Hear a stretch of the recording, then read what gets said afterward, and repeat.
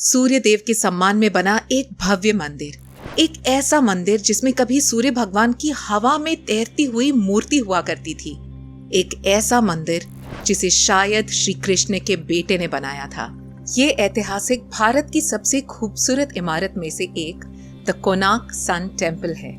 इस मंदिर के यूनिक आर्किटेक्चर ने ब्रिटिश गवर्नमेंट के भी होश उड़ा दिए थे, पर आज ये मंदिर सालों से जंगल में एक टूटी इमारत बनकर रह गई है।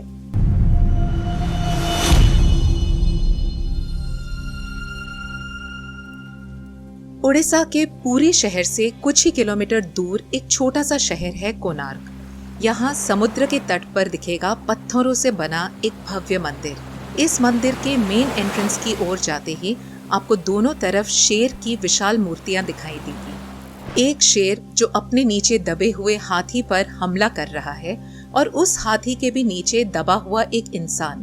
कहा जाता है कि ये मूर्तियां इंसान की बुरी आदतों को दर्शाती हैं। शेर इंसान के घमंड को दर्शाता है और हाथी पैसा या संपत्ति को।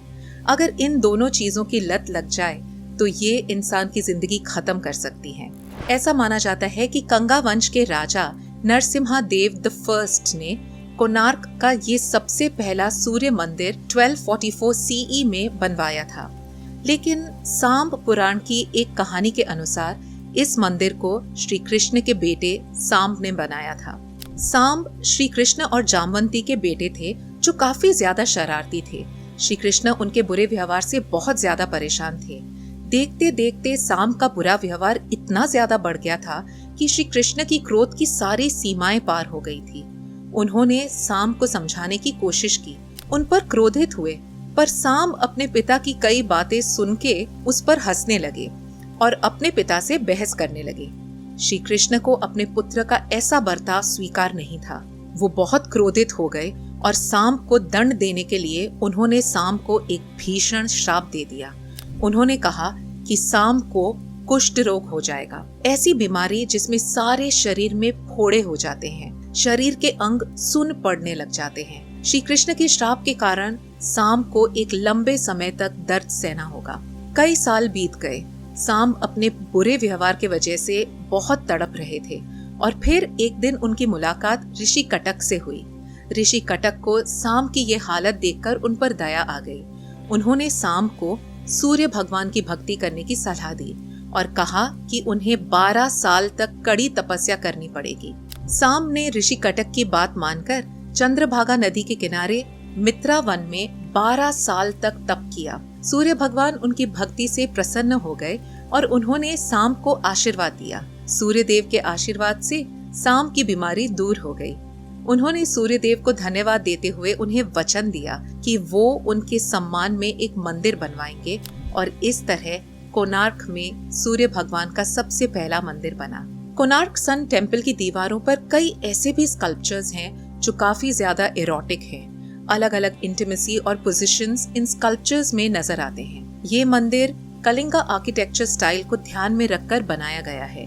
कहा जाता है कि नरसिम्हा देव द फर्स्ट आर्कियोलॉजी में बड़ी दिलचस्पी रखते थे और वो चाहते थे कि ये मंदिर धार्मिकता और आधुनिकता का प्रतीक बने। इसीलिए उन्होंने 13वीं सदी के सबसे ज्ञानी आर्किटेक्ट विश्व महाराणा को बुलाया और उन्हें इस मंदिर को बनाने का काम दिया। मंदिर को कुछ इस तरह बनाया गया कि सूर्य की सबसे पहली किरण सीधे गर्भ में रखी सूर्य भगवान की प्रतिमा पर पड़ती है और हर सुबह सूरज के उठते ही मंदिर का गर्भ रोशनी से भर जाता है। माना जाता है सूर्य भगवान स्वर्ग में एक रथ पर सवार होकर ट्रैवल करते हैं और कोणार्क मंदिर को इसी रथ के आकार में बनाया गया है।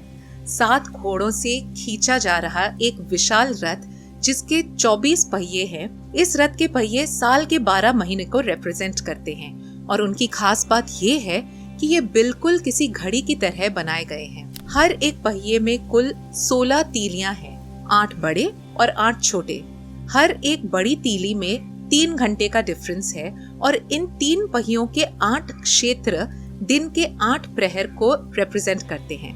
आज 770 साल बाद भी हम लोग सूर्य की किरणों का इस्तेमाल करके 13वीं सदी में बना इन पहियों के जरिए बिल्कुल एक्यूरेट टाइम कैलकुलेट कर सकते हैं। इस रथ को खींच रहे 7 घोड़े 7 हफ्तों के साथ 7 दिन और इंद्रधनुष के 7 रंगों को भी रिप्रेजेंट करते हैं।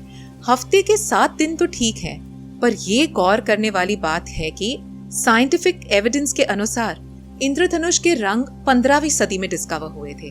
तो क्या हमारे पूर्वज पहले से ही इन रंगों के बारे में जानते थे? ऐसा माना जाता है कि इन मंदिर में सूर्य भगवान की हवा में तैरती हुई मूर्ति हुआ करती थी। मंदिर को बनाने के बाद सूर्य भगवान की एक विशाल मूर्ति बनाई गई थी। उसके बाद एक 52 टन का नेचुरल मैग्नेट मंदिर के ऊपरी हिस्से में लगाया गया। निचले हिस्से में 2 पत्थरों को आपस में जोड़ने के लिए लोहे की चादर और मैग्नेट का इस्तेमाल किया गया। इन दोनों मैग्नेट के बीच एक खिंचाव तैयार हुआ, जिसे डाई मैग्नेटिक फील्ड कहते हैं। भीषण महाराणा के 12 साल के बेटे धर्मपद को पता था कि 2 मैग्नेट से बनी डाई मैग्नेटिक फील्ड में किस तरह एक तीसरा मैग्नेट बैलेंस किया जाता है। सूर्य भगवान की मूर्ति को मंदिर के दोनों हिस्सों से इक्वल डिस्टेंस पर रखना जरूरी था। धर्मपद ने ये कार्य कोकरी गिरी को समझाया। कोकरी गिरी ने ठीक वैसा ही किया और इस तरह ये हवा में तैरती सूर्य भगवान की मूर्ति इस मंदिर की रौनक बन गई। लेकिन आधुनिकता और कल्चर का एक खूबसूरत कॉम्बिनेशन माना जाने वाला ये मंदिर जल्दी ही अपनी रौनक खोने वाला था। 1508 सुल्तान सुलेमान खान करानी के जनरल काला पहाड़ ने उड़ीसा पर हमला किया। उसने उड़ीसा के कई मंदिरों पर हमला किया और बड़ी बेरहमी से मंदिरों को डिस्ट्रॉय कर दिया। इस हमले को जगन्नाथपुरी टेम्पल के मदाला पंजी टेक्स्ट में डिटेल में बताया गया है। हमले के दौरान जब काला पहाड़ कोनार्क सन टेम्पल के अंदर गया तो उसने वहां सूर्य देव की विशाल मूर्ति को देखा। हवा में तैरती हुई उस मूर्ति को देखकर वो दंग रह गया। उसने अपनी सेना के साथ उस मंदिर के दीवारों पर हमला किया। उसने मंदिर की दीवारों को तोड़ने की बहुत कोशिश की और आखिरकार वो मंदिर के मेन टावर के आर्क स्टोन को हटाने में कामयाब हो गया। पत्थर को हटाते ही कुछ ही मिनट में मंदिर का 200 फीट ऊंचा मेन टावर पत्थरों के ढेर में बदल गया। 1568 से उड़ीसा में इस्लामी पावर का कंट्रोल बढ़ गया था। कई मंदिरों पर हमले हुए और भगवान की मूर्ति को भी डिस्ट्रॉय कर दिया गया। कहा जाता है कि इस तबाही से बचने के लिए कोणार्क के पुजारियों ने सूर्य भगवान की मूर्ति को मंदिर से निकालकर कई सालों तक रेत के अंदर छुपाकर रख दिया था। कुछ कहानियों के अनुसार तो ये भी कहा जाता है कि काला पहाड़ पहले एक हिंदू हुआ करता था जिसका नाम राजीव लोचन रॉय था। वो एक मुस्लिम लड़की से प्यार करने लगा और उसे पाने के लिए उसने इस्लाम धर्म को स्वीकार किया। जहां एक तरफ अफगानी रूलर काला पहाड़ के हमले को इस मंदिर के डिस्ट्रक्शन का कारण बताया जाता है, वहीं कुछ हिस्टोरियंस का मानना ये है कि ये सब सिर्फ अर्थक्वेक और वोल्केनिक इरप्शंस जैसी नेचुरल कैलामिटीज की वजह से हुआ था और इन्हीं कैलामिटीज की वजह से आसपास की कई सारी वाटर बॉडीज भी सूख गई। IIT खड़गपुर के साइंटिस्ट्स के द्वारा एक रिसर्च में कोणार्क सन टेम्पल से 2 किलोमीटर दूर प्राचीन इंडिया की प्रचलित नदी चंद्रभागा की कुछ रिमेन्स मिले, जिससे ये साबित हुआ कि पहले वो एक नदी हुआ करती थी जो अब पूरी तरीके से सूख चुकी है। मंदिर से मूर्ति निकाले जाने के बाद कोणार्क मंदिर में सूर्य भगवान के भक्तों का आना बंद हो गया। 17 और 18 सेंचुरी के दौरान कभी कोणार्क मंदिर के स्कल्पचर्स को निकालकर उड़ीसा के दूसरे मंदिर में बसाया गया, तो कभी इनसे राजा के महल सजाए गए। 1779 में एक मराठा साधु ने कोणार्क मंदिर के अरुणा खम्भ को हटाकर जगन्नाथपुरी टेम्पल के लायंस गेट के सामने बसाया था। उड़ीसा के कल्चरल हेरिटेज में इन दोनों ही मंदिरों को काफी ज्यादा इम्पोर्टेंस दिया गया है। इसी तरह 18th सेंचुरी के अंत तक कोणार्क की सारी शान खत्म हो गई और ये छोटा शहर एक घने जंगल में बदल गया। एक ऐसा जंगल जहां सिर्फ जंगली जानवर रहते थे। इंसान दिन की रोशनी में भी इस जंगल में जाने से कतराते थे। सूर्य भगवान का ये भव्य मंदिर सिर्फ एक खंडर बनकर रह गया था।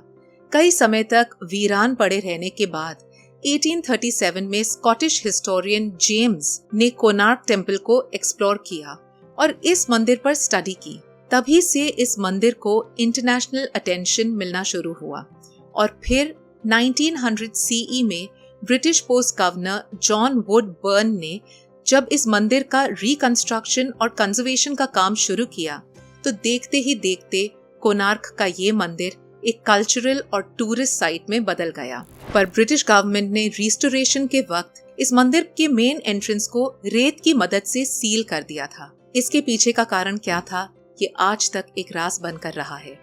कोणार्क सन टेम्पल के यूनिक आर्किटेक्चर और कल्चरल सिग्निफिकेंस को देखकर 1984 में यूनेस्को ने इसे वर्ल्ड हेरिटेज साइट डिक्लेयर कर दिया। आर्कियोलॉजिकल सर्वे ऑफ इंडिया इस मंदिर से रेत निकालकर कई सवालों के जवाब ढूंढने की कोशिश कर रहे हैं। इस मंदिर का आर्किटेक्चर और उससे जुड़ी हिस्ट्री हमें ये सोचने पर मजबूर कर देती है कि शायद हमारे पूर्वज अपने समय से कई गुना ज्यादा एडवांस थे।